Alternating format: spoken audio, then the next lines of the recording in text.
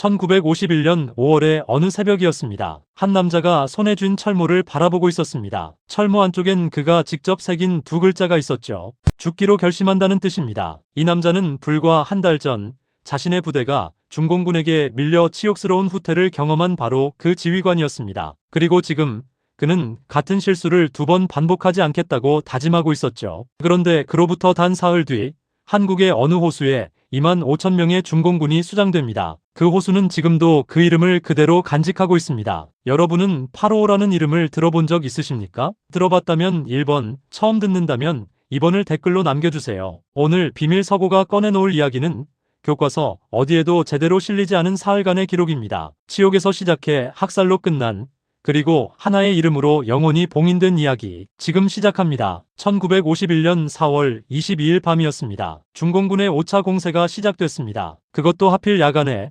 그것도 하필 국군 제6사단의 정면을 향해서 인해 전술이었습니다. 말 그대로 사람의 파도였죠. 진과 꽹과리를 울리며 밀려오는 수만 명의 중공군 앞에서 당시 최전선을 지키던 국군 병사들의 방어선은 단숨에 무너져 버렸습니다. 경기도 사창리, 그 이름이 국군 제6사단에게는 영원히 지워지지 않는 치욕의 지명이 됩니다. 당시 제6사단 병사들은 무기도, 장비도, 부상당한 동료도 뒤에 남긴 채 후퇴했습니다. 중공군에게 포위당할 뻔했고 그 혼란 속에서 수십 명이 실종됐습니다. 그날 새벽 사창리는 중공군의 손에 넘어갔죠. 국군 제6사단은 유엔군 전체 전선에 거대한 구멍을 뚫어버린 부대로 역사에 기록됩니다. 미군 고문단은 격노했고 한국군 수뇌부는 경악했습니다. 그런데 여기서 이상한 일이 벌어집니다. 이 치욕을 가장 뼈저리게 새긴 건 지휘관들이 아니었습니다. 바로 살아남은 병사들 스스로였습니다. 후퇴 이후 재정비에 들어간 6사단 병사들은 자발적으로 자신들의 철모 안쪽에 글자를 새기기 시작했습니다.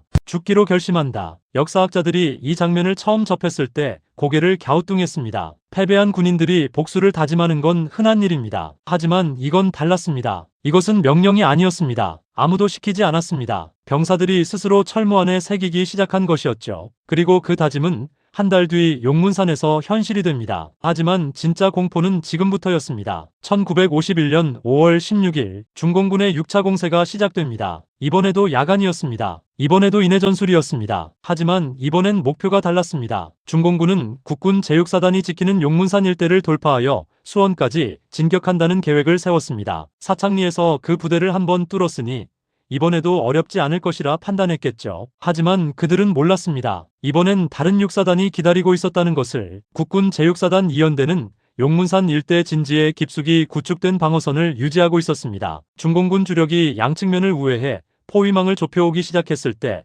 2연대 병사들은 퇴로를 잃었다는 사실을 알아챘습니다. 여러분이라면 그 순간 어떤 선택을 하겠습니까? 후퇴로가 막혔습니다. 포위망은 좁혀오고 있습니다. 압도적인 수의 적이 사방에서 밀려오고 있죠. 후퇴합니까? 아니면 싸웁니까? 2연대는 싸우기로 했습니다. 그것도 진지를 버리지 않고 그 자리에 서서. 그런데 그 다음이 문제였습니다. 2연대가 포위된 상태에서도 진지를 사수하자 중공군 지휘부는 이 판단을 완전히 잘못 내립니다. 저렇게 강력하게 저항한다는 건 이곳에 유엔군 주력 부대가 집결해 있다는 뜻이다. 그들은 이 판단 하에 용문산 방면으로 전력을 계속 쏟아부었습니다. 밀려오는 중공군의 파도를 2연대는 하루 종일 막아냈습니다. 하루가 끝났을 때 집계된 숫자는 이랬습니다. 중공군 전사자 4,912명, 국군 전사자 5명, 잠실 야구장 수용 인원이 약 2만 5천 명입니다. 하루 만에 잠실 야구장 좌석의 5분의 1을 채울 수 있는 수의 병력이 단 한 개, 연대 앞에서 쓰러진 겁니다. 반면 국군의 희생은 고작 5명이었습니다. 전쟁사를 연구하는 학자들은 이 수치를 처음 접했을 때 오류가 있다고 의심했을 정도입니다. 하지만 기록은 분명했습니다. 그리고 이건 아직 시작에 불과했습니다. 용문산에서 부서진 중공군은 이제 어디로 향했을까요? 그들이 선택한 방향엔 호수가 있었습니다. 용문산에서 무너진 중공군은 달아났습니다. 하지만 달아난다는 것이 항상 살아남는다는 뜻은 아닙니다. 패퇴하는 중공군의 눈앞에 펼쳐진 것은 하나의 거대한 장애물이었습니다. 화천호였죠. 북으로 올라가는 퇴로는 이 호수를 지나야만 열렸습니다. 그런데 국군과 유엔군이 이미 그 퇴로를 틀어막고 있었습니다. 사방이 막혔습니다. 앞에는 유엔군의 추격대, 옆에는 험준한 산, 그리고 뒤에는 물이었습니다. 그 순간 중공군 병사들이 한 선택은 지금도 역사가들이 말을 잇지 못하게 만드는 장면입니다. 그들은 호수로 뛰어들었습니다. 헤엄을 치면 살 수 있다고 생각한 걸까요? 아니면 총에 맞는 것보다 물에 빠지는 쪽을 택한 걸까요? 기록은 그들의 속마음을 전하지 않습니다. 다만 결과만 전하죠. 사흘이었습니다. 사흘 동안 화천 일대에서 발생한 중공군 사상자 수는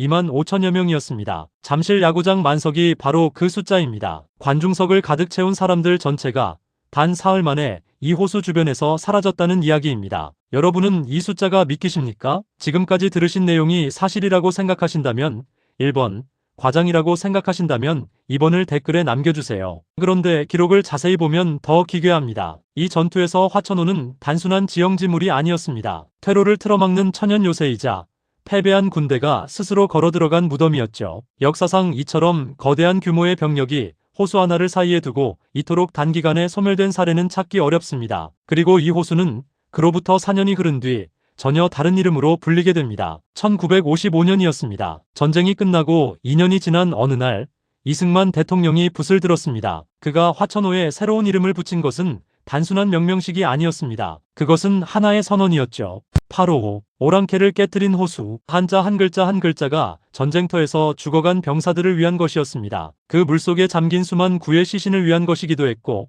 철모에 결사를 새긴 채 살아남은 자들을 위한 것이기도 했습니다. 그런데 이 이름이 70년 가까이 지난 지금까지도 논란의 중심에 있다는 사실을 알고 계십니까? 중국 정부는 수차례 이 이름의 변경을 한국 측에 요청했습니다. 오랑캐라는 단어가 중국인을 비하하는 표현이라는 이유에서였죠. 외교 채널을 통한 공식 요청도 있었고 민간 차원의 항의도 있었습니다. 하지만 855는 여전히 855입니다. 강원도 화천군 지도를 펼쳐보십시오. 지금 이 순간에도 그 이름은 그대로 새겨져 있습니다. 그 물 아래에 잠든 2만 5천의 목숨과 함께. 여러분은 이 이름 바꿔야 한다고 생각하십니까? 아니면 지켜야 한다고 생각하십니까? 오늘 영상을 보신 분들의 생각이 정말 궁금합니다. 댓글로 꼭 남겨주세요. 철모에 두 글자를 새긴 병사들이 있었습니다. 결사, 죽기로 결심한다. 그들은 살아남았습니다. 그리고 그 결심을 가슴에 품은 채 평생을 살아갔습니다. 그리고 호수는 남았습니다. 사흘 동안 벌어진 일을 고스란히 품은 채로 이름 하나를 새기고 지금도 그 자리에 있습니다. 역사란 때로 교과서 바깥에 있습니다. 도로변 표지판 위에,